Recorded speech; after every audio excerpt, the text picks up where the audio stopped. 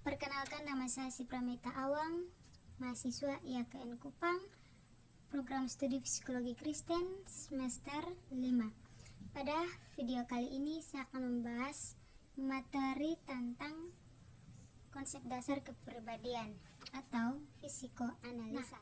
Konsep dasar kepribadian menurut Sigmund Freud yang memberikan tiga level. Yang pertama, kesadaran, bawah sadar, dan prasadar. Nah, kesadaran yaitu segala sensasi atau perspektif yang kita rasakan pada saat ini. Lalu, konsep yang kedua adalah bawah sadar, yang berisi semua dorongan, insting yang tidak kita sadari, tapi berpengaruh terhadap perkataan, perasaan, dan perilaku kita. Lalu, konsep yang ketiga adalah prasadar.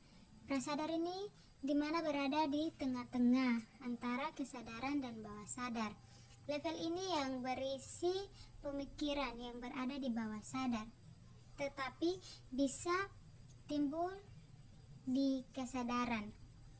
Nah, Sigmund Freud juga memberikan 3 struktur kepribadian manusia, yaitu id, ego, dan superego.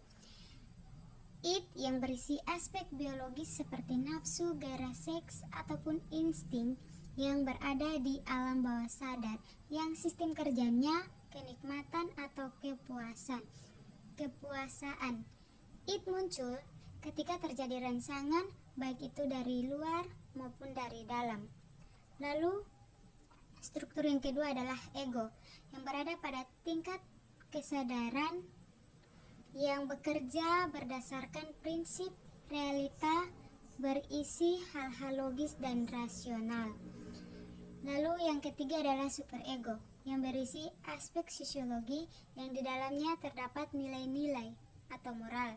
Biasanya berisi perilaku yang pantas dan tidak pantas dilakukan.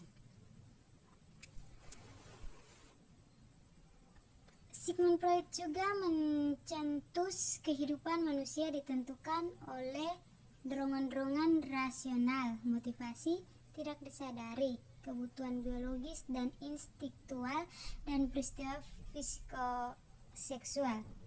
Nah, perilaku manusia ditentukan oleh energi psikis, yaitu id, ego, dan superego. Sigmund Freud juga mencetus ada 3 macam kecemasan, yaitu yang pertama kecemasan reality, di mana kecemasan ini takut akan bahaya dari luar.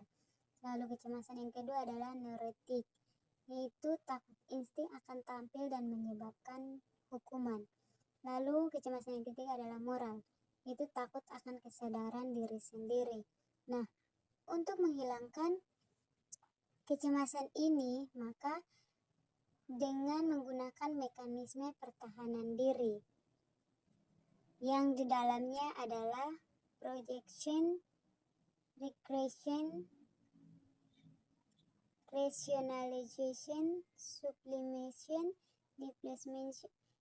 displacement, repression, dan regression. Sigmund juga memberikan pandangan perkembangan kepribadian, di mana dengan beberapa fase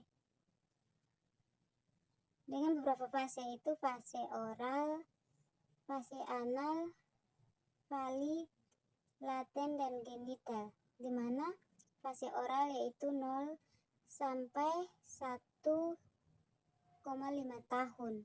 Nah, di fase ini mencapai kepercayaan terhadap orang lain, dunia, dan diri sendiri. Contoh, menakut, cari perhatian, cemburu, agresif, kesepian, dan insecure. Lalu fase yang kedua adalah fase anal, itu 1,5 hingga 3 tahun. Fase ini dimana belajar mandiri, memiliki kekuatan pribadi, belajar untuk mengenal dan mengatasi perasaan negatif, dan disiplin. Lalu fase yang ketiga adalah fase falik. Itu umur 3-7 tahun. Fase ini di mana anak belajar menerima perasaan yang terkait dengan seksualitas sebagai sesuatu yang alami dan menghargai tubuh secara positif. Lalu fase yang berikut adalah fase laten. Itu usia 7-12 tahun, dan fase yang berikut adalah fase beginner. Itu 17 sampai sekian dan terima kasih.